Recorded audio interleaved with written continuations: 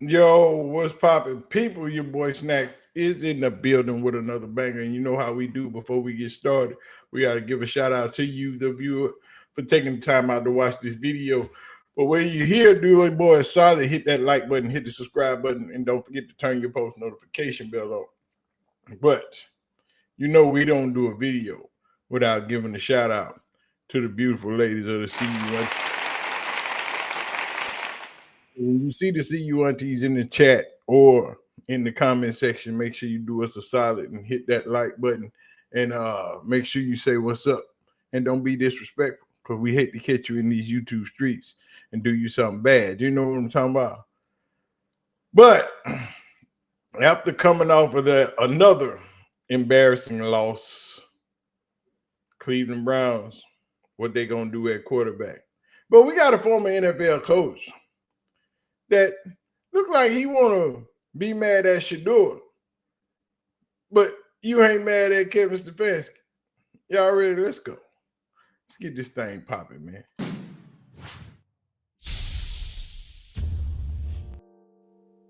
Seems like former NFL head coach Rex Ryan had a lot to say about Shedeur, but had nothing to say about Cleveland Browns head coach Kevin Stefanski or or the offense, the defense, or anything that was going on bad. Rex Ryan was on Get Up this morning. Seems as if he wants to go to play, but you ain't got nothing but negative stuff to say. You mad for the wrong reason. You mad at Shedeur for being Shedeur, for being a third string quarterback. Y'all mad at him. Y'all are not mad at the Cleveland Browns for not playing him. You mad because he doing an interview with his arms folded. And if you don't remember, Shedeur gave this interview the other day. Just recently went on the new heights. I'm out there and I'll be ready to play. I said, I'm ready to play right now. He had a great quote where he says, you don't learn anything. I've never sat on the bench and said, I learned a lot today. Yeah. Do you agree with him on that? What were your thoughts when he said that? Now, you see how Shedeur is standing here with his arms folded, chilling, doing his doggone thing. We all know that Lil Dylan is up next. And Shedeur was on the sideline when Dylan got in the game. He was watching. He was attentive. He had the headset on. He doing his job. I don't know how y'all expect second and third string quarterbacks to look when they're on the sideline. Nobody usually pays attention to those guys because they don't get a lot of camera time. But in Shedeur's case, he's always on camera.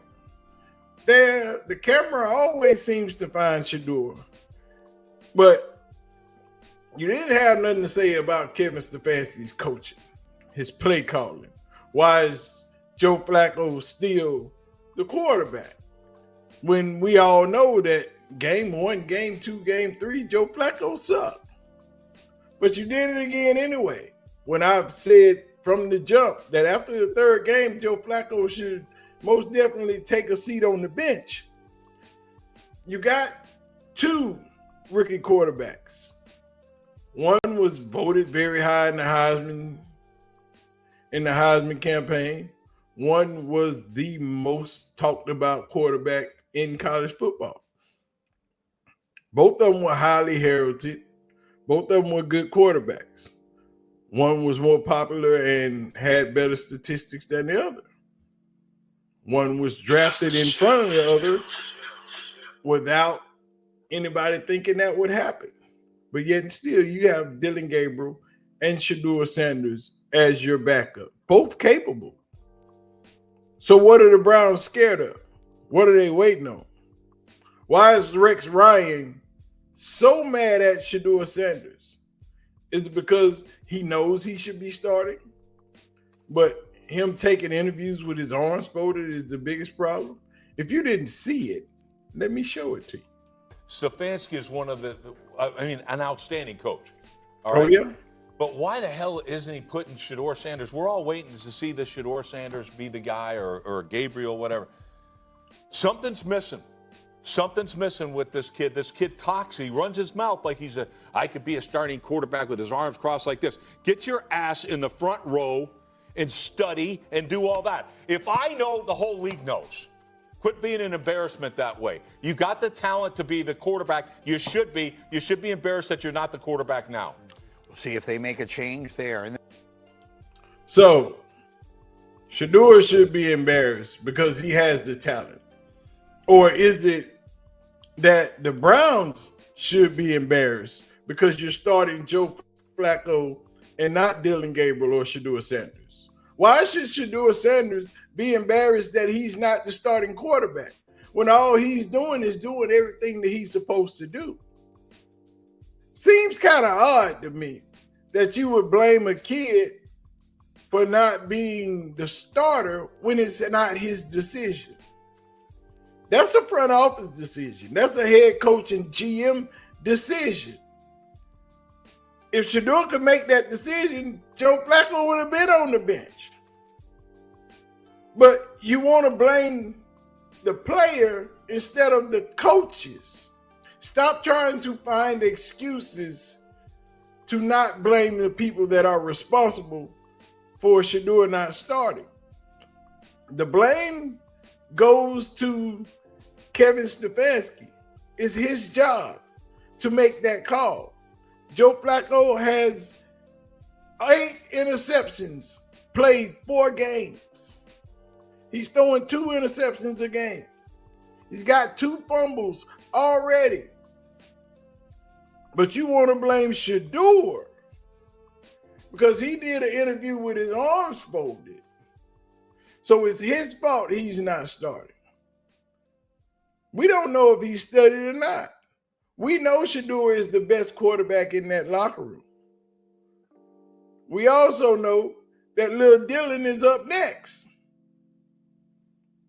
Shedeur doesn't control his own fate. His fate is in the hands of others. We all know that if Shedeur had the capabilities of putting himself in as a starter, then that's where we would be right now. But that's not where we're at. Well, Rex Ryan wants to call Shedeur-Sanders out for doing interviews with his arms folded. You need to be calling the Browns staff out for not starting the proper players. But anyway, man, I'm going to get out of here. I'm going to let y'all have it. Why is he not calling out Kevin Stefanski? Why is Dylan Gabriel not starting? Why is Shedeur first of mind when you want to fuss about the Cleveland Browns? When they need a whole entire offensive line, when you got receivers that are dropping balls left and right, when you have nothing to complement your quarterback, what do you expect? Joe Flacco is 972 years old. He should be at home watching his kids grow up.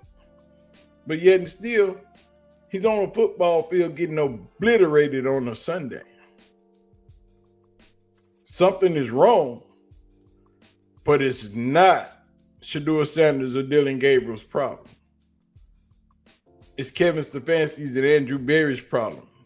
They need to get their jobs together and get their minds right and do the right thing. There is no perfect scenario for anyone to start in the NFL. Either you got it or you don't. Either you're ready or you aren't. But the only way to find out is to get in the game. Dylan Gabriel didn't look good when he got in yesterday. So we shall see. But y'all let me know. Y'all hit the like button, hit the subscribe button, and don't forget to turn your post notification bell on so you'll know when we going live or dropping this heat. Time to go to London. Who's going to start? Should be Dylan Gabriel, but more than likely it'll be Joe Flacco.